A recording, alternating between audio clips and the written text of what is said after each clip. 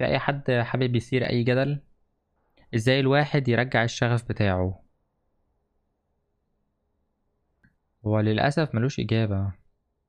انا دلوقتي بحب الاستريمينج وبحب العب وكل حاجة. اوقات كتير جدا بيجي عليا فترة I lose all my passion، ولا عايز اطلع استريم ولا عايز العب ولا عايز اعمل اي حاجة. الدنيا كلها فترات متقلبة، فانت شوية بيبقى عندك شغف لحاجة، شوية تانية لأ. بس انا بالنسبة لي انا مش باخد الموضوع الشغف ده بالطريقة دي. مش بعترف بالشغف. ايوه، استرجل وانهض وشوف هتعمل ايه واعمله واسعى فيه. انا معاك في كل حاجة انت قلتها غير كلمة استرجل دي. لان خلينا نقولها بطريقة تانية منطقية وواقعية اكتر، مش اللي هو خش بدماغك. ان حتة الشغف دي يعني انت ماشي على هواك ده يعني. دايما لما بتمشي على مزاجك بيبقى حاجة كده هتوديك في 60 داهية، وهتبقى انت بترجع لورا والدنيا كلها بتمشي. الطريقة نفسها دايما احنا متعودين ان احنا لما حد بيبقى عنده مشكلة، اكبر كارثة واكبر مشكلة انا لاحظتها موجودة هنا في العالم العربي بتاعنا، في الوطن العربي، ان احنا بنقتل المشاعر وبنقتل تفكير اي حد تحت مسمى استرجل. اللي هو انت مالكش الحق ان انت تتضايق، مالكش الحق ان انت تتعب، مالكش الحق ان انت تحس باي حاجه. ميتين ابو اي حاجه، انت حياتك صعبه، استحمل وامشي. الموضوع ده زفت الزفت الزفت يعني. انا كنت كده، وكنت طول عمري عايش كده لحد ما وصلت في مرحله وصلت ان انا البريك داون بقى خلاص. ما فيش، مستحيل ان انا استحمل اكتر من كده. وده للاسف كان انتهى في فتره سيئه جدا وقرارات اسوأ بكتير، ممكن قرارات ما فيهاش رجعه نهائي يعني. لا ده مش، انا مش معاك في الحته دي. اتس اوكي ان انت لوز باشون لاي حاجه. آه، الفكره كلها ان انت بتلوز باشون في ايه. هل بتلوز باشون في شغلك، ولا في لعبه، ولا في هوايه، ولا في ايه بالظبط؟ هو ده السؤال، انت بتلوز باشون ليه؟ آه، يعني انت لو لو بتخسر الشغف بتاعك في شغل، فانا هرجع تاني للي المهاجر قاله واتفق معاه. ده مش اوبشن. مفيش حاجه اسمها I lost passion، انا فقدت الشغف، انا انطفيت. دي حاجه مش منطقيه. تعالى على نفسك واستحمل، لان ده ملوش بديل. دي حاجه انت ما ينفعش تستحمل اللوس فيها. انما لما تبقى حاجه تانية آه ينفع ان انت تاخد فيها بريك، اتس اوكي. خد البريك بتاعك. عيد ترتيب اولوياتك. ومن الحاجات الجميله جدا اللي انت ممكن تعملها ان انت تعمل حاجه تانية في حياتك. بمعنى انا احسن فترات ببقى مبسوط فيها وبرودكتيف فشخ فيها لما بطلع من الاوضه اللي انا فيها دي. مش عارف انتوا الناس اللي كانت متابعاني من زمان يعني ومتابعاني بجد. لما كنت في البيت القديم زمان، الكلام ده كان من سنتين ونص كده. كنت وصلت لمرحلة اكتئاب، مش طايق نفسي، مش ما بعملش اي حاجة. بنام بصحى من السرير للكمبيوتر، من الكمبيوتر للسرير. مفيش اي حاجة بعملها في حياتي نهائي غير ان انا من هنا لهنا، من الكرسي للسرير. اول ما نقلت، وطبعا ده كان مؤثر بقى ان انا لما كنت بطلع العب كنت ببقى على طول تلتد، على طول متنرفز. مش طايق اي حاجة. وكنت بحط ده تحت شماعات تانية لسي مثلا السكر ده انا سكر عالي، فعشان كده انا متعصب. ما كانش ده الموضوع لما نقلت البيت اللي انا فيه دلوقتي. اول ما نقلت ما عداش عليا اسبوع. فترة النقل دي خدت مني حوالي شهر على بال ما نقلنا بقى الحاجة وحطيت السيت اب وعملت كل حاجة. ما عداش اسبوع ولقيتني، انا هتكلم كليك اوف ليجندز، لقيتني سبايكينج. انا كنت هارد ستاك في الدايموند 3 الدايموند 4. اول ما نقلت ماستر. لدرجة ان انا الكلايمب اللي حصل ده ساعتها بسبب ان دماغي اتظبطت، نفسيتي اتعدلت لما حصل التغيير ده. لدرجة ان وصلت ان رايت جيمز افتكرت ان انا بتشيت وبستخدم هاك، وعملوا لي باند الاكونت اللي طلعت بيه ماستر لاول مرة بسبب النقلة اللي انا عملتها دي. النقلة دي خلتني بقيت اساعد اهلي في البيت. بقيت اعمل حاجات تانية كتير مختلفة ما كنتش بعملها. بقى عندي طاقة ان انا اخرج، بقيت حابب ان انا اتكلم مع الناس. بقيت اعمل حاجات كتير قوي ما كنتش بقدر اعملها زمان بسبب الروتين والتكرار اللي انا فيه. عامله دايما دايما كده. لا مش حوار كومفورت زون، هي ده كان مشكله دوبامين، ان انت عشان تقدر ان انت يبقى عندك باشون في اي حاجه انت محتاج دوبامين. اعرف ازاي تزود الدوبامين عندك، هتعرف تكنترول كل حاجه في مشاعرك حرفيا بطريقه ايجابيه كويسه.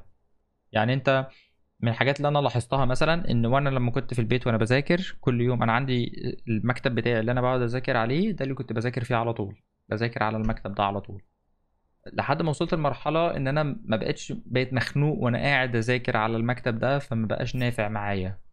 فبالصدفة جه واحد صاحبي قال لي انا نازل على القهوة هقعد اراجع هناك واحل امتحانات، ما تيجي تقعد معايا؟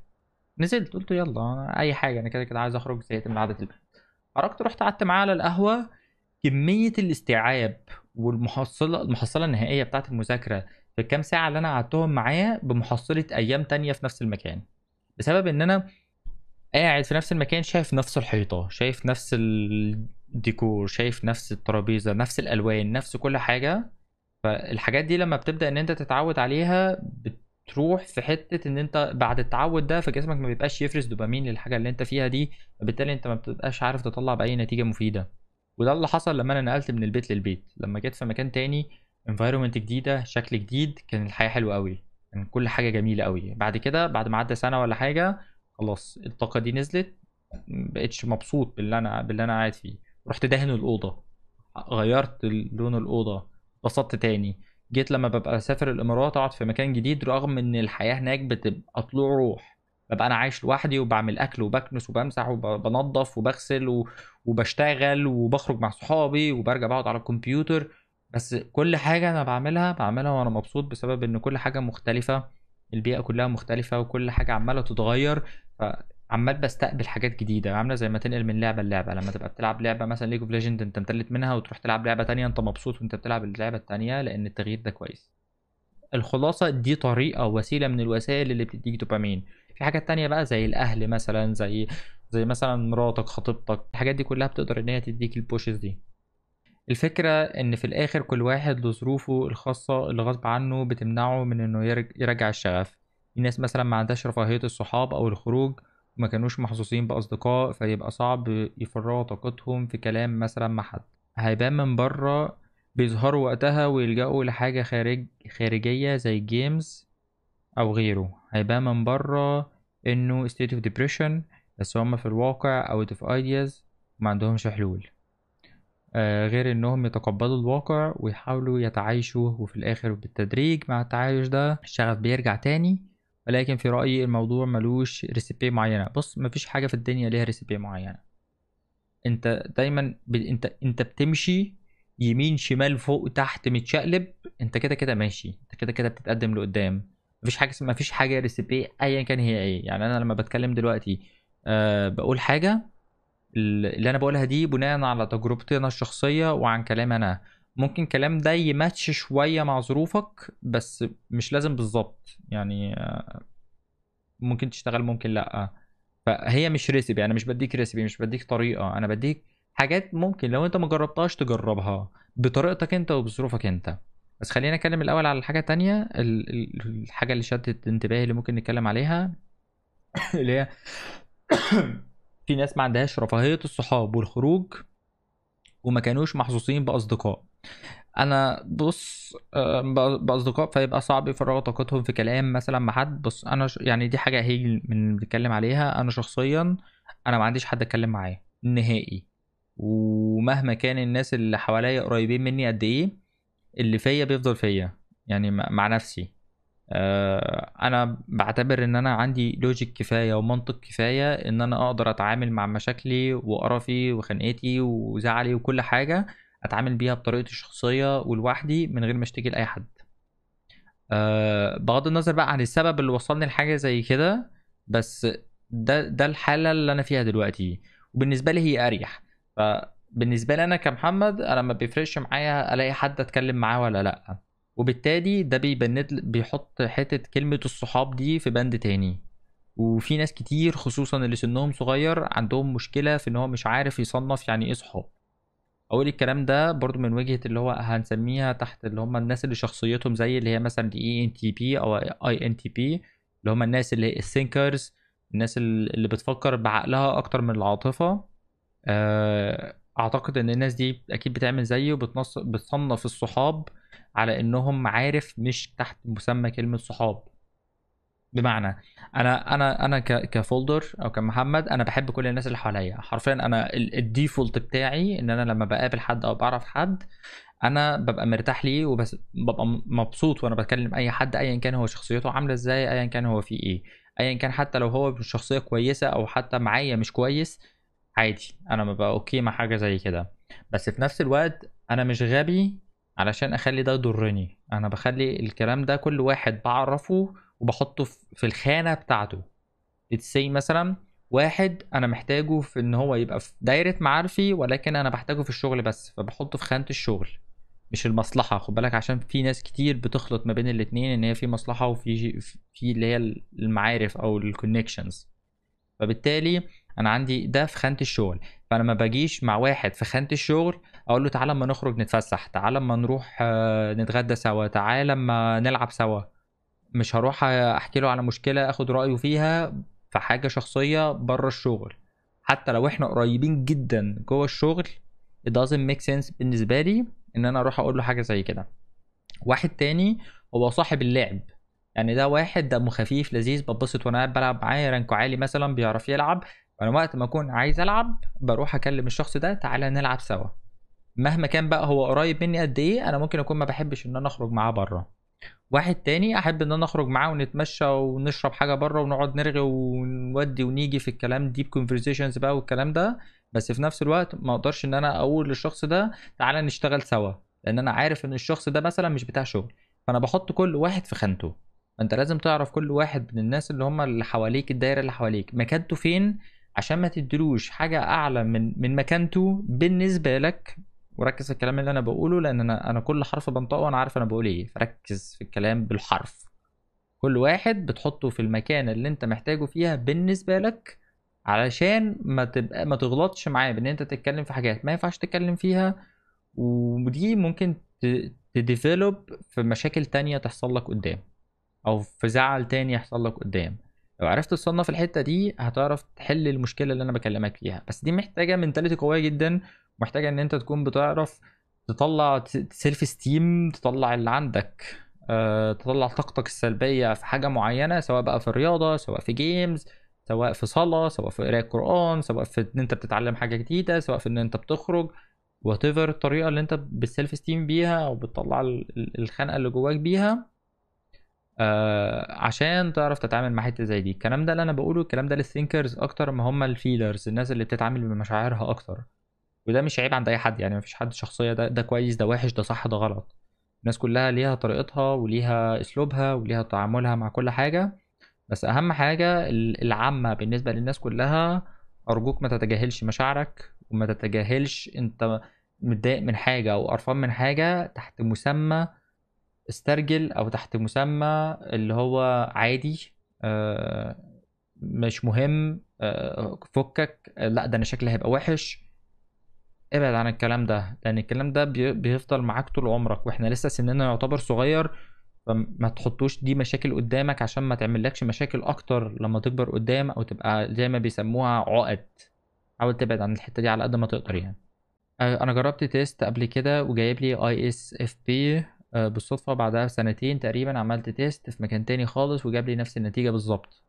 بص، هو حته الشخصيه دايما بتديفلوب مع مرور الزمن ومرور السنين. يعني انت بتبقى قريب من حاجه معينه، بس في الاخر هتفضل زي ما هي. يعني انا زمان من سنتين بالظبط انا كنت اي ان اف بي، دلوقتي انا اي ان تي بي بسبب الحاجات اللي انا مريت بيها. فانا خدت القرار ان انا حته الاف دي شيلها. يعني انا كنت تقريبا 50% اف 50% تي، اللي هي فيلر وثينكر، 50% 50%. فانا بدات اخد اكشنز، والظروف اللي حصلت لي خلتني ابعد عن الفيلر واروح اكتر للثينكر. لقيتني مستريح اكتر هناك، ولقيت الاوتوماتيك والديفولت بتاعي بقى شغال في الثينكر. فاشتغلت في الحته دي كويس ولقيتني بقيت احسن فيها. فهي الشخصيه بتختلف. انت ممكن دلوقتي اي اس اف بي، ممكن بعد كده تتغير وات ايفر زي ما تيجي معاك يعني. بس الفكره تاني ان الشخصيات دي كلها ايا كانت شخصيتك ايه، مفيش صح ومفيش غلط، مفيش حلو ومفيش وحش. في نقاط قوه ونقاط ضعف انت بتشتغل عليها وبتطورها بالطريقه اللي تناسبك انت شخصيا وتخليك انت في الاخر مبسوط. كلامك صح. انا بس شخصيا اتخرجت بقالي سنين، وفكرة ان الواحد يكون اصدقاء حاليا بقت صعبة جدا. ممكن اقول لك عندي معارف كتير فعلا زي ما انت قلت، بس اصدقاء بتبقى صعبة. لان في الجامعة مثلا الواحد بيبقى اسهل، بيبقى سهل يكون اصدقاء، لان كلنا ما بيبقاش في حد عنده في حد اعلى من حد او فرق اعمار او رولز او غيره. ولكن الشغل مثلا او غيره بيبقى فيه فرق في الاعمار وفي فرق في التجارب وغيره، فبيبقى صعب نكون اصدقاء. انا شايف ان كل ما الواحد بيكبر كل ما بيبقى اصعب، صعب يكون اصدقاء. اللي بحاول اوصله ان الواحد ما يبنيش سعادته او شغله على حد. 100% agree. انت بتتكلم على الناس في الكلية او كده ان انت بتقدر تعمل اصحاب منها او كده. هي الفكرة بتعتمد برضو على هل انت حابب حاجة زي كده ولا لا، او انت شايف ان الناس مثلا نقول الجروب ده نفس في تفكيرك ولا لا. الموضوع برضو مبيبقاش سهل ان انت تلاقي حد، مش شرط انه يبقى نفس تفكيرك، بس على الاقل تبقوا فاهمين بعض. الموضوع ده مش اسهل حاجة انك تلاقيها في الكلية. نو. اي يعني لان انت في الكلية بتبقى لسه التفكير لسه ما نضجش كفاية يعني. اه هتلاقي ممكن تلاقي ناس بتشير معاك كل الحاجات التانية الصفات التانية، بس حتة التفكير بتختلف. وكده كده بعد ما تتخرج اصلا كل حاجة بتتغير. مش عارف اللي في الكلية بالنسبة ليا، معارف صحابي اللي معايا اعرفهم من 10 سنين تقريبا. بص انا لسه في صحابي لحد دلوقتي، يعني في واحد صاحبي من وانا في الحضانة، يعني بنتكلم 5 سنين لحد دلوقتي لسه صاحبي. لسه مشينا مع بعض، حضرنا مع بعض مدرسة، ابتدائي اعدادي ثانوي مع بعض، دخلنا الكلية مع بعض لحد ما خلصنا اعدادي هندسة. هو دخل كهرباء وانا دخلت مدني، فدي اللي اتفرقنا بيها. بس احنا ساكنين في بنها، فاحنا الاتنين قريبين من بعض، فستيل برضو لسه مع بعض، لسه صحابي يعني. لسه كنا مع بعض من فترة لحد ما هو برضو سافر، وانا لسه في مصر او بسافر في مكان تاني. بنرجع كل ما بيجي بنتقابل. ف it's a good relationship، يعني ان هي تبقى دي صحوبية دي كويسة. بس ده مثلا واحد انا لما باجي اكلمه انا عارف دماغه وتفكيره، فبالتالي لما بروح اكلمه باخد رايه في حاجات عمليه جدا عشان انا عارف ان رايه منطقي كفايه ان هو ممكن يفيدني في حاجه زي دي. وصحاب من زمان قوي يعني.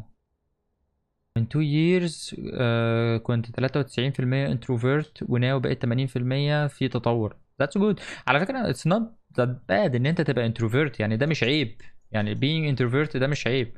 يعني دي ممكن حاجة، دي الطريقة اللي انت بتبقى مستريح فيها. that's fine يعني، طالما مش بتأثر عليك في حاجات تانية، وطالما ما بيجيلكش الانكزايتي ان انت لما تبقى في مكان public يجيلك اللي هو في ناس introverted بتبقى لما تروح في public places او مكان فيها crowd كتير او كده بيجي لها تشنجات physical. دي المشكلة. انما لو انت مجرد تشنجات اللي هو في communication ان انت ما بتعرفش تتكلم ما بتعرفش تقول ايه، that's fine. دي some practice. انما التانية دي بتحتاج extra attention زيادة عن اللزوم، لما محتاج ان انت حرفيا تشوف دكتور عشان تحل المشكلة دي، لان دي كارثة. لا انا ببقى عادي بس مش ببقى عارف اروح فين في نص الزحمة. happens. بص الحل للموضوع ده يا جو ان انت keep an eye مع شخص واحد بس وخليك معاه. كان عندي المشكلة دي ان انا لما كنت ببقى في هوستنج لان ايفنت وببقى واقف قدام الكراود كده، اروح فين اعمل ايه اتحرك ازاي اوجه جسمي لفين ما ببقاش عارف. بس باجي لما جيت بعد كده بقيت ان انا احاول اكيب اي كونتاكت مع شخص واحد بس او شخصين في، يعني مثلا ليتس سي انا واقف اون ستيج وقدامي الكراود كده، واحد هنا واحد هنا واحد هنا، بقسمهم 3 اجزاء، وال3 اجزاء دول متقسمين قدام وورا. فببقى عارف واحد في كل مكان، والواحد ده واحد هنا واحد هنا واحد هنا وزيهم ورا، يعني قول 6 اشخاص. الستة دول هم دول اللي انا بكلمهم، هم دول اللي ببص لهم واكلمهم، والناس انا عارفهم شخصيا، فالموضوع بيبقى مريح. نفس الكلام لما بتروح ايفنتات او مكان بابليك او كده، بتبقى انت عارف واحد او اتنين قريبين منك الى حد ما، فانت بتحاول ان انت تخليك قريب من الناس دي، اراوند الناس دي، تخليهم دايما، تخليك دايما شايفهم وهم شايفينك.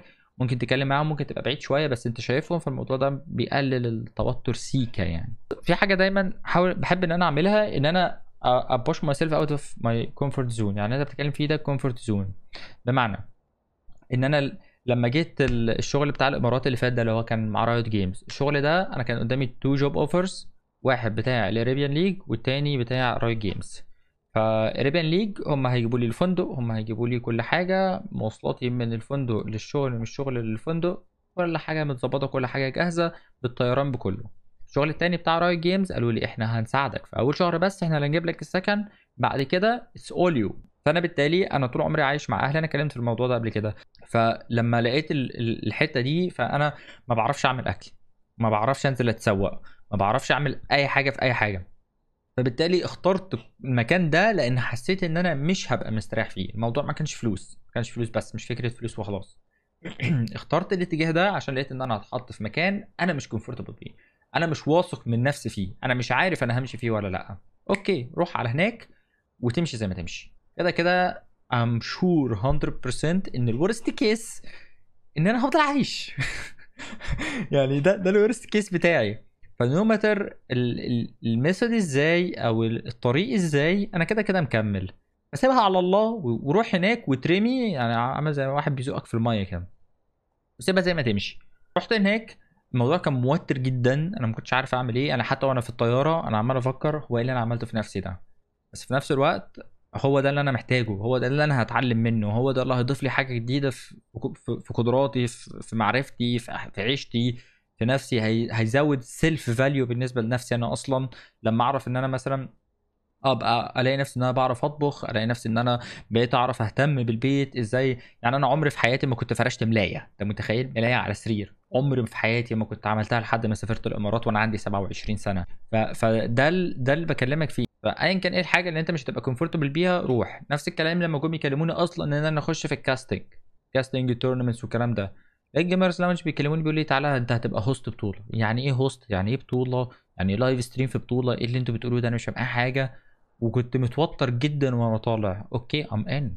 لما جاي لي شغل في لان ايفنت، يا نهار ازرق، انا هقف قدام ستيج وناس تقف تتفرج عليا، يا نهار اسود. الحاجه مهما كانت مخيفه قد ايه من بره، وقت ما تترمي فيها اتس اوكي، مش هيحصل حاجه، عادي. الدنيا بتمشي، الدنيا مكمله. مهما يحصل الكارثه والمشاكل، برضو الدنيا بتبقى بتمشي. ممكن ما تمشيش احسن حاجه، ممكن ما تمشيش اسوأ حاجه، بس ستيل بتمشي.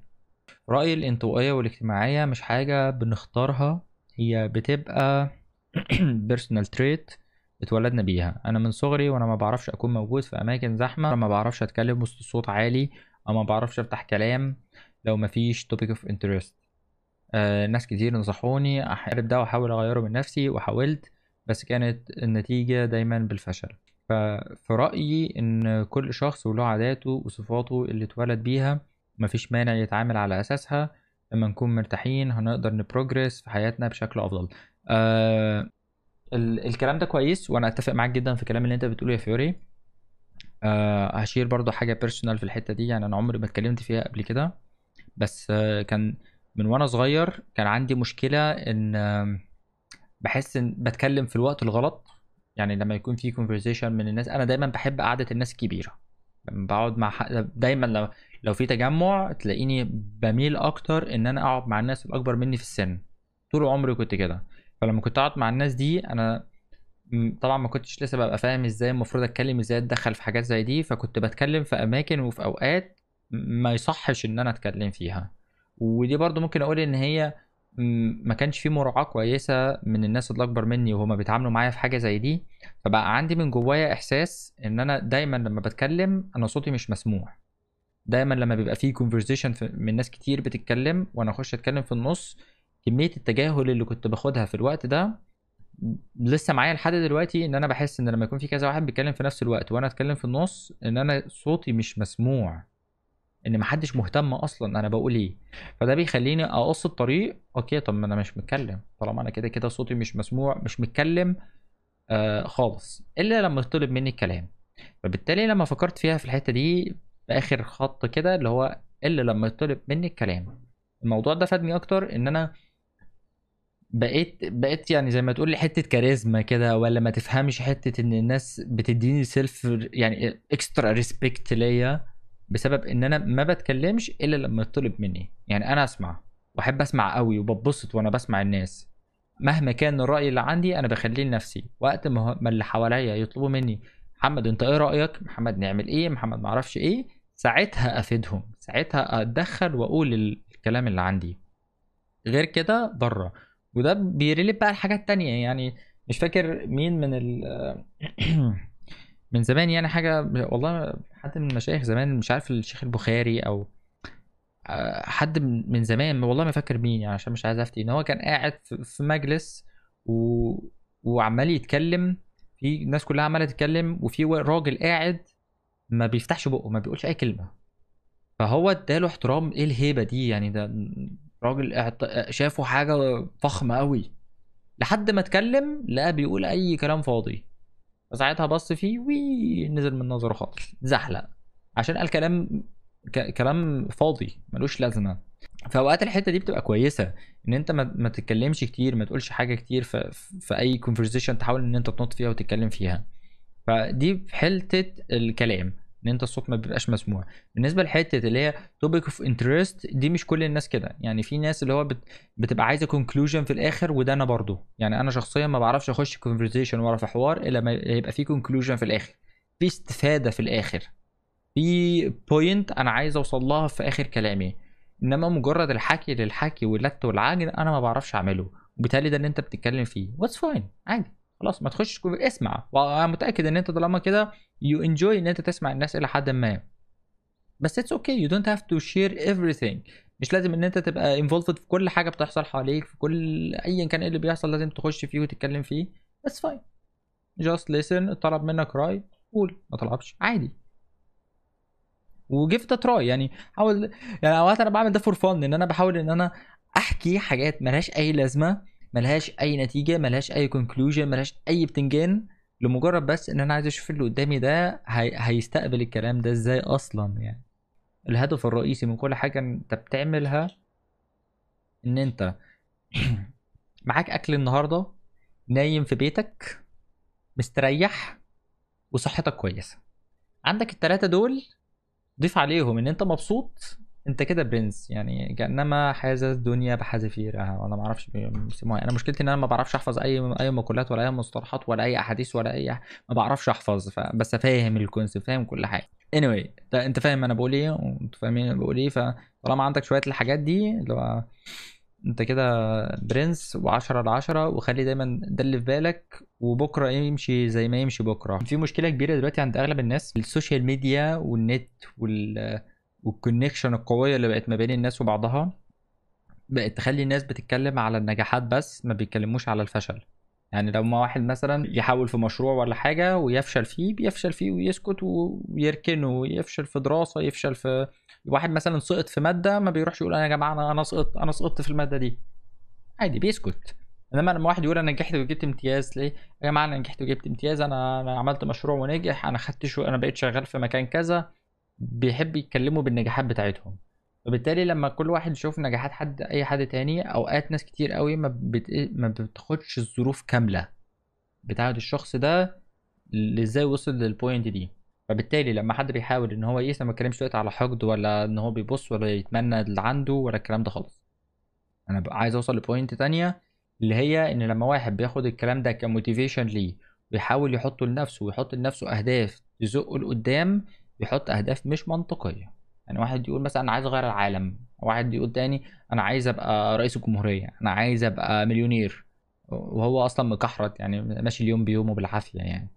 خلي عشان يعني ان انت يبقى عندك البروجرس بتاعك، ان انت تبص لحاجه كبيره قوي وتمشي تمشي تمشي تحاول توصل لها، وبعد كده تقع جامد، وبعد كده تحاول توصل لحاجه تانية كبيره قوي.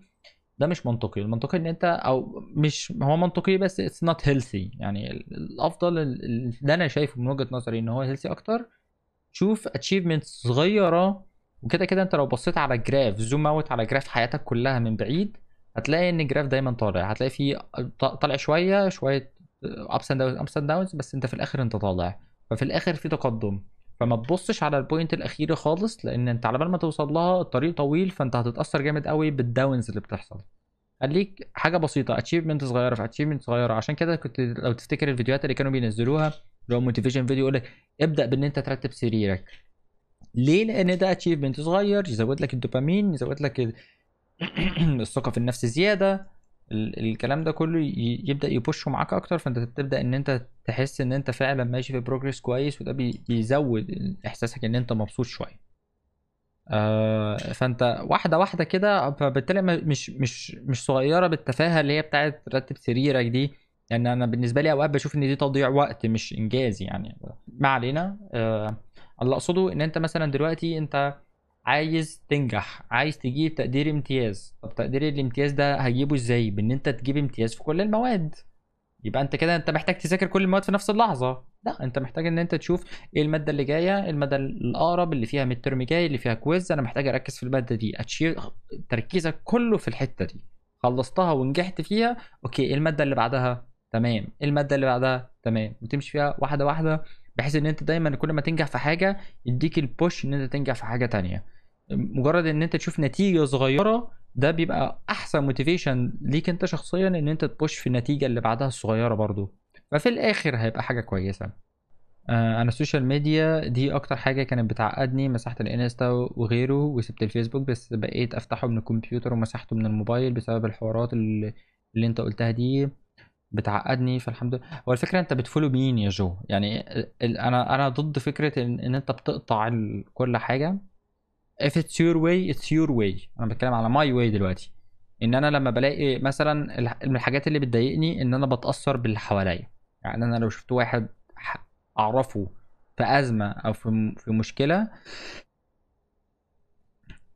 واشوفه انا بتاثر نفسيا. يعني انا بتضايق، ببقى دماغي اوتوماتيكلي بتحاول تفكر في حل للمشكله بتاعه الشخص ده.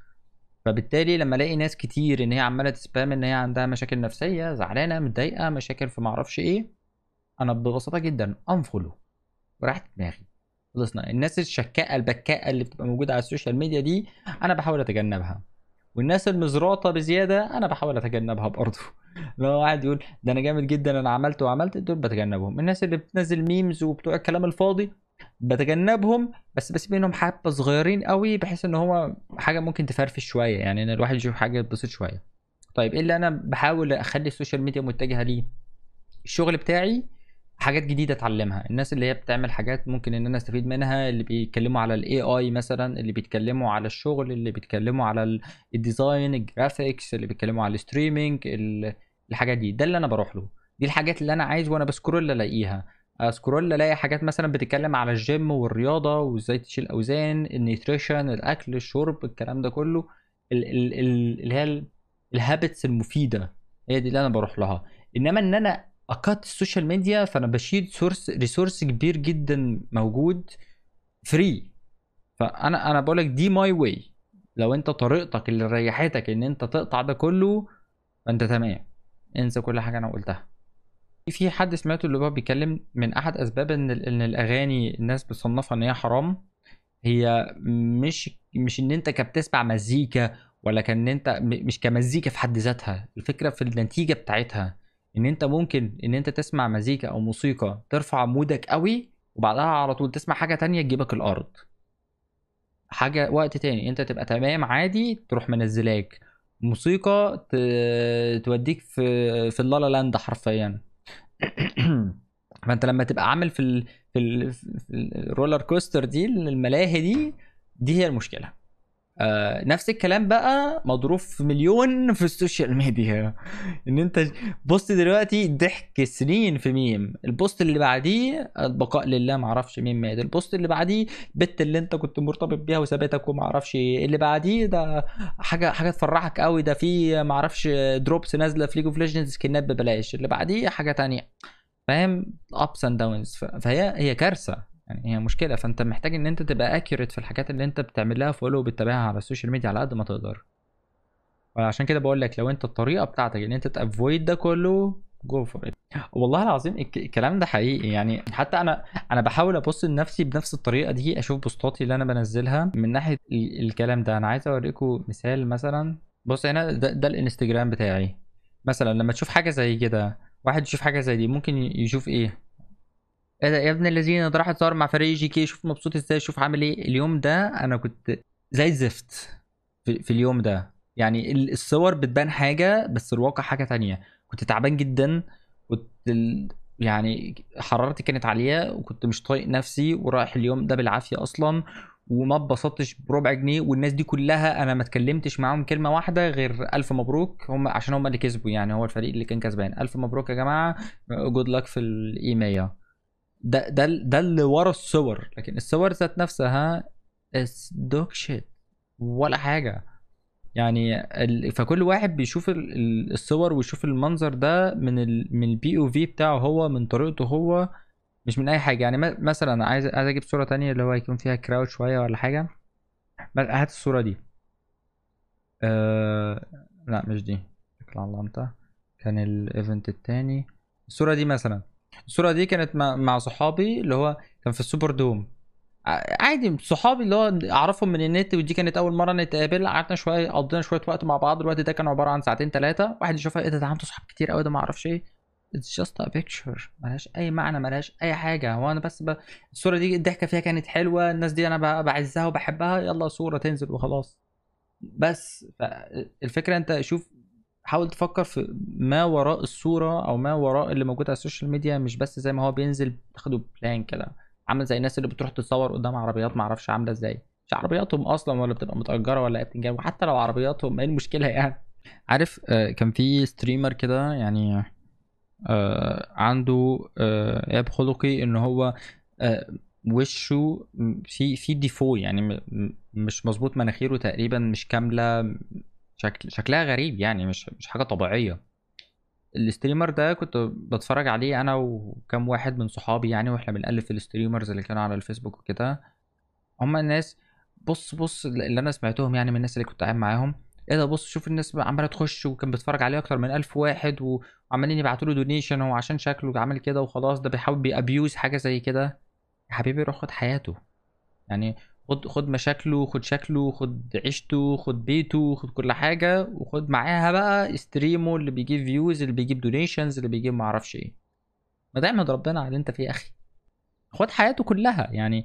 انت عاجبك الحته ان هو يعني متضايق ان هو بيجي له دونيشنز ونفسك في الدونيشنز بتاعته، عايزها خدها، يا اما تاخدها انت بطريقتك بقى ومجهودك وسعيك وتعبك، دي سكه تانية. انما ما تبصلوش كده، لان هو انت ما تعرفش فيه ايه بيحصل في حياته يعني. عايز تاخد الباكج خدها كلها على بعضها، ما تبصش على الحلو بس اللي انت تبقى نفسك فيه وسيب الباقي.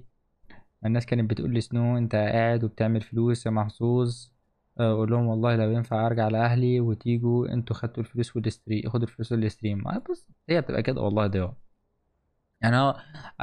انا حسيت بسنو لما سافرت، لما سافرت وعشت لوحدي، انا حسيت بالكلام اللي هو بيقوله. انا ما كنتش مهتم يعني، ما كانش فارق معايا باي حاجه هو كان بيقولها. ايه يعني قاعد لوحدك يعني، ايه المشكله يعني؟ ما بتكلمش على حته الدونيشن ولا الفلوس اللي بتجيله هو قاعد، انا بتكلم ان انا فاهم مش التعب اللي هو بيتعبه، بس انا بتكلم على حته ان هو قاعد لوحده كان عادي، كان بالنسبه لي دي حاجه جميله. بس فعلا لما سافرت وعشت نفس اللايف ستايل بتاعه، بقيت عندي استعداد ان انا اعمل اي حاجه علشان ازود بس الدخل بتاعي ان شاء الله جنيه زياده، عشان ابقى مطمن بس شويه زياده ان انا اقدر ان انا اعيش مستريح في بلد ماليش باك اب فيها يعني. هنا في مصر انا لو عايش لوحدي عادي، مهما يحصل الدنيا تخبط تودي تجيب فيا، عندي بيت امي اروح اقعد فيه، بيت امي وابويا اروح اقعد عندهم، الموضوع اتحل. انما لما تكون في بلد تانية ولوحدك الموضوع ده بيبقى مرعب، كمية القلق والتوتر وان انت تبقى خايف على كل حاجة، ده بيبقى حاجة تانية. فعشان كده انا فهمت ده لما سافرت، فربنا يكرمه بصراحة يعني. وبالذات يعني محمود، من الناس اللي انا اعرفها من زمان قوي، من ايام فورتنايت، الكلام ده كان من 5 سنين تقريبا. فاللي هو انا عديت بمراحله كلها، فانا عارف كل اللي هو مشي فيه وكل اللي حصل له، المشكله اللي حصلت له بان ربنا كرمه، اللي هو القضيه اللي كانت عليه دي، ربنا يكرمه والله يعني. وكمان وخصوصا بقى بالتحديد حته ان هو بطل يشتم. يعني اكتر حاجه والله العظيم بسطتني ان هو بطل يشتم، لان كان حاجه، انا هقول الكلام ده، دي كانت حاجه من جوانا شخصيا. وكان هو نفسه كان بيتكلم عليها، بس هو ما فهمش هو كان بيقول ايه، هو ما شافش الصورة صح. كان في مرة كان وهو بيعمل ستريم، سنو محمود سليمان، كان وهو بيعمل ستريم كان بيتكلم ان اللعبة مقرفة وان بتخلي الناس تتلت. لحد ما قال طب ما يروحوا يشوفوا فولدر اهو اللي ما كانش بيشتم في فورتنايت بقى يقول ابن الوسخه وابن ما اعرفش ايه وبيشتم برضه في ليج. بس actually behind the scene لما هو قال الكلمه دي وانا سمعتها I was like لما فكرت فيها اكتر ما كانتش الليج هي المشكله، كان هو المشكله. كان لما هو اللي كان بيشتم ولقيت ان ده هو اللي بيجيب مع الناس، وان الناس ان هو لما يبدا يتعصب ويتضايق ويشتم بغض النظر اذا كان اكتنج ولا لا، ان هو ده كونتنت بس ولا هو فعلا كده، اوتوماتيكلي باي ديفولت كده من غير ما احس لقيت ان انا بحاول استقطب الشخصيه دي واجربها عندي في الستريم واشوف هتعمل ايه مع الناس. للاسف ده كان باين بطريقه وحشه، وبالتالي طلع على هذا المثال ستريمرز كتير بنفس الستايل بنفس الطريقه، مش بس في ليج اوف ليجندز، في العاب تانية. واشهرهم والناس اللي موجودين كده كتير زي لعبه موبايل ليجندز. الناس اللي هنا اللي بتلعب موبايل ليجندز هيبقوا عارفين انا قصدي مين. انا مش فاكر الاسامي بصراحه، بس هم هيبقوا عارفين انا قصدي مين لان انا بيعدوا عليا اوقات على الفيس. أم...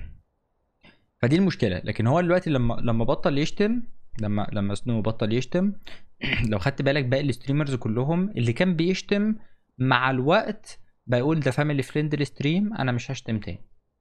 ليه؟ لان لقى سنو لما بطل يشتم الفيوز عنده زادت، بالتالي اوكي خلاص طب انا هبطل اشتم انا كمان. ما كانتش لايقه عليك علشان يعني ما انا كنت بجرب، يعني انا زي ما بقول لك يا جو انا كنت بحب ان انا اجرب كل حاجه يعني لما اشوف حاجه طب ما اجرب ايه اللي هيحصل يعني. بس في نفس الوقت لما كنت بفكر فيها خصوصا لما هو كان قال عليا الكلمه دي اللي هو ان ليج هي اللي خلتني اعمل كده، I was like طب ما هو انا قلدت حد انا كنت شايف ان هو نجح اكتر مني في المجال ده، طب بالتالي لما يطلع ستريمر جديد ويشوفني انا بعمل كده هيجي يقلدني؟ لا يا عم شكرا، مش دي الرساله اللي انا عايز اقدمها. لان كان دايما لما كنت بتكلم مع اهلي اللي هو في حته ان انا اشفت الكارير بتاعي من ان انا اسيب الهندسه واعمل الستريمينج، فكان دايما ماما تقعد تقول لي انت بتعمل ايه؟ يعني انت وجودك في الارض دي هي عمار فيها، انت بتعمر الارض ازاي؟ بتعمل ايه فيها؟ فانا بالنسبه لي لما كنت بترجم الكلام ده في دماغي، هو مش لازم العمار ان انا اقعد ابني واعمل، مش ده العمار المقصود. هو العمار ان هو ان انا ابيلد حاجه تبقى حسنه وصدقه جاريه ليا حتى بعد ما انا امشي. فبالتالي ده اللي انا كنت فكرت فيه، لا وقف هنا، انا محتاج ان انا اسيب صوره كويسه وانطباع كويس بحيث ان لو حصل وبقى في حد شايفني قدوه ليه وشايف ان هو عايز يكرر اللي انا بعمله ده بطريقه احسن من عنده ويطور فيها، فهو يطورها بالطريقه الكويسه مش بالطريقه الوحشه. وده بالتالي اللي انا شفته في كل حته عند كل الناس اللي بتتابع الستريمرز ان هم الاجريسيف اللي بيشتموا اللي بيعملوا بيدوبليكيت الكلام ده في صوره مش كويسه، في صوره مش لطيفه، مش ده العمار اللي انا عايز اعمله. فبالتالي طيب انا دلوقتي انا ليه قاعد معاكم الاستريم ده؟ ليه انا بتكلم الكلام ده؟ عشان ده بالظبط السبب اللي انا الهدف النهائي اصلا في ان انا كنت ابدا ستريمينج او ان انا ابدا ابقى زي ما تقول بابليك فيجر بس على قدي. ان انا اعرف انقل ان شاء الله ولو واحد ولا اتنين يستفيدوا، وممكن الكلام اللي انا بقوله ده يفرق اي حاجه بوزيتيف في حياتهم. ده الهدف الرئيسي من كل حاجه انا كنت عايز اعملها اللي انا بدات بيها الستريمنج. انا عارف ان الجيمنج مش بيوصل لحاجه، الجيمنج ده مجرد انترتينمنت، حاجه ترفيهيه، بس مش لازم كل الترفيه يبقى ترفيه سلبي.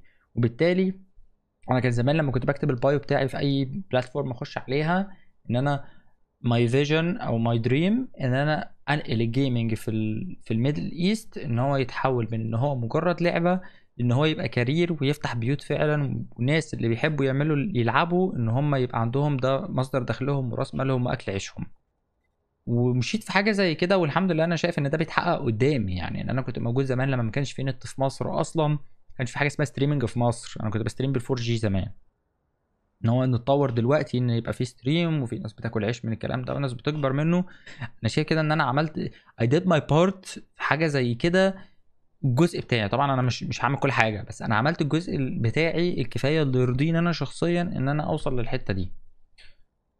فبالتالي ده اللي انا عايزه، ان انا اخد الجيمنج، مش لازم الجيمنج يبقى حاجه مجرد للانترتينمنت، لا انا عشان كده اتجهت كمان ان انا اعمل الكونتنت بتاعي educational، ان انا اعلم الناس اي حاجه بحيث ان الناس اللي انا بعلمهم دول يمكن يبقوا برو بلايرز، يمكن يبقى كوتش في فريق، يمكن يوصل لاي حاجه، يبقى كونتنت كريتور. عشان كده لما حد كان بيجي يسالني على اي حاجه ازاي اعمل ستريم، انت ازاي محسن الكاميرا، اي حد عايز يعمل اي حاجه في الاو بي اس وفي الستريمينج كان دايما بيجي يرجع لي انا ويسالني انا، فهو ده اللي انا كنت عايزه، وهي دي الحته اللي انا عايز امشي فيها واللي انا عايز اوصل لها في الاخر، لان هو ده العمار في الارض اللي انا شايفه من الطريق بتاعي والجزء بتاعنا في الحته دي. فده كانت الشيفتنج ما بين ان انا اسيب الهندسه لحاجه زي كده، والواحد يفضل برضو بطريقه ايجابيه، اللي بيحاول على قد ما اقدر ان انا اخلي الاستريم او وجودي يبقى دايما الناس تفتكره بالطريقه الكويسه اللي انا عايز الناس تفتكرني بيها، مش مجرد بس ان انا بجيب ارقام، لان الارقام مجرد رقم ملوش اي لازمه ولا. يعني دلوقتي في 36 واحد، الرقم قدامي في 36 واحد، لو دول 36 مليون مش فارقه حاجه، الرقم مش مهم، المهم النتيجه والفاليو بتاعت الرقم ده. كفايه لما حد يكون بيتفرج عليكم مطمن وبيتفرج جنب اهله، وايا كان مش لازم يلبس هاند فري، حقيقي دي حاجه مهمه في الاستريم. اتفق. اتفق في الحته دي، يعني اتقالت لي كذا مره، وكنت برضو كتير قوي السبب من الاسباب دي، ان لما كان في واحد كان بيجي لي كل يوم يقول لي انا والعيال قاعدين بنتفرج عليك. فلما هو بيقول للعيال دي، عياله دول كان صغيرين، فاللي هو بصت ان هو في حد صغير بيتفرج عليا، وابوه مش قلقان من ان هو ممكن يسمع حاجه غلط. ودي بجد كانت من الحاجات الجميله اللي انا كنت بتبسط بسبب الاستريم فيها. انا مش بقول الكلام ده عليك انت بس، هي بتفرق قوي لما الواحد يلعب جيم مثلا ويتلت قوي وشتيمة واحد تاني، وشتيمة واحدة او اتنين بكتير تطلع منه كده بالغلط غصب عنه، وبتبان برضو لما تبقى طول الاستريم بتشتم على الفاضي والمليان، بعيدا طبعا عن نقطة حرام وحلال. فللأسف أغلبها بيمثلوا علشان الفيوز بس. that's true. ممكن سؤال يا فولدر، ليه الناس بتحب بتحب الناس اللي human behavior عندهم زي الخرا، زي I show speed مع اني بحبه؟ بص، الناس بتحب الاكستريم فور فن، يعني هو بيحب يشوف حاجة اكستريم زيادة عن اللزوم. وخد بالك ان دايما الناس اللي بتبقى كده او اللي بتفوق له الشخصية دي بنسبة كبيرة، يعني مش كله بس، يعني let's say نقسمها مثلا 80 20، 80% 20%. 80% دول بيبقوا سنهم صغير، شايفين ان ده ترول وفن وضحك وبتاع، يعني انا واحد مثلا لما بشوف اخواتي الصغيرين وهم بيلعبوا او كده وولاد اختي، الكرنج اللي هم فيه ده، عمالين يعملوا حاجات تافهه وهم شايفينها فاني، بس بالنسبه لي كرنج. يعني بتبقى كده لو لما حد بيبقى حد كرنج زياده عن اللزوم، والهيومن بيهيفير بتاعه غريب قوي، وايه ده وقله ادب زياده عن اللزوم، الناس بتشوف دي بطريقه فاني شويه وبيتبسطوا هنا وبيضحكوا منها فبيتعلقوا ويلا. اعتقد ده التفسير بتاعي انا، الله اعلم بصراحه في ايه بقى. الضحك اهم من الاستفاده، الاستفاده مجهده. ما انا عشان كده انتوا لو خدتوا بالكم انتوا داخلين على الاستريم ده، انا دايما حاطط اللي هو التشيك كده اول ما تخش الاستريم، اللي هو الاستريم ده فيه ميتشر كونتنت. السبب اللي انا عامل حاجه زي كده ان انا انا عاملها فور ترول بصراحه، او عايز اوصل رساله مش مباشره ان الكونتنت اللي هنا مش هيستمتع بيه اي حد الا لما يكون ميتشر اصلا. ان هو يكون ناضج كفايه ان هو يقعد يتفرج على الاستريم ده، لان ده الفئه اللي انا بتوجه لها وبتكلم معاها. انما السن الصغير اللي هو بنتكلم مثلا 16 سنه 14 سنه الكلام ده، الناس دول مش في دماغهم، دول داخلين ضحك وهق ومق وخلصنا على كده. فهو لما يجي يقعد هنا هو مش هيفهم انا بقول ايه، مش هيتبسط باللي انا بقوله، مش هيبقى مستمتع باي حاجه، مش هيقعد اصلا. بس ده سيب في الاخر. يعني بجد انت صعب قوي تلاقي حد بيضحك من غير اسفاف، للاسف حقيقي للاسف، يعني صعب. ومشكلة بقى ان هو مش اسفاف بس، في ناس بتضحك على حساب ناس تانية، ده الأسوأ بالنسبة لي بصراحة. بالنسبة لي هيبقى ممل جدا جدا جدا جدا. يعني انت مش عاوز اي حد في الاستريم عندك وخلاص كمالة عدد، عايز دماغ، مش لا اكيد ينور، يعني اي حد مرحب بيه في اي حتة يعني. بس الفكرة ان السن ده مش بيماتش معايا، يعني مش بيمشي معايا، في منهم شواذ بالنسبه للفئه دي اللي هم اكيد دماغهم بتبقى كويسه. بس انا بتكلم على العام، ان هو مش هيستمتع بالكونتنت اللي هنا، وبالتالي وجوده هنا لما يجي يتكلم معايا دايما بيبقى الكلام بتاعه مش مناسب وانا ما بتقبلوش، فبالتالي يا اما بياخد بيان يا اما ما بيتردش عليه، فهو يتكل على الله وخلصنا من اولها. كده كده من الاخر فكك يعني، اطلع من دماغي يعني عايز تيجي اهلا وسهلا، مش عايز تيجي عندك مجال، يعني مش فارقه. بس انا بحب اتكلم مع ناس لما اتكلم معاهم. يعني انا دلوقتي بتكلم معاكم الكلام رايح جاي، باخد ودي معاكم. لو بتكلم مع ناس انها صغير، هتلاقوا الكلام ده انا كنت بلاقيه كتير قوي على الفيسبوك. يعني انا مبسوط جدا بالستريم ده على تويتش. انا عملت الاستريمات دي، الكلام جاست شاتنج ده على الفيسبوك كتير، ولا مره طولت فيه بالطريقه دي، بسبب ان دايما لما باجي اتكلم تلاقي الناس داخله لك في الكومنتات وعماله تتريق. كل كلمه بتتقال ياخد الكلمه دي ويهها عليها. انت فاهم بقى انا قصدي ايه؟ يقعد يتريق على اي حاجه، ياخد اي حاجه يترول بيها. فبالتالي الناس دي ما بتقعدش معايا، وانا ما ببقاش مبسوط وانا قاعد بتكلم مع الناس دي. يعني ال 40 فيورز اللي موجودين دلوقتي، انا بيتهيالي لتسي قول 30 عشان الناس اللي بتخش وتخرج. 35، احنا الافرج اللي ثابت 35. 35 اللي قاعدين دول، هم دول اللي كانوا موجودين، او هم اللي بيبقوا قاعدين فترات طويله، او الناس زيهم بالظبط اللي هم قاعدين فترات طويله على على الفيسبوك. والباقي اللي هم اللي بيكملوا ال 100 اللي هو الافرج اللي انا كنت بجيبه على الفيس، باقي ال 100 دول ناس راندوم، اللي هم اللي انا بتكلم عليهم دول، اللي هم يخش يتفرج شويه الملل ده يروح قافل. الحل في نقطه السفر والغربه في سبيل انك تعمل رزق وفلوس ترجع بيها علشان تعرف تعيش. سافر، تجزء اكسبيرينس واتكل على الله وجرب.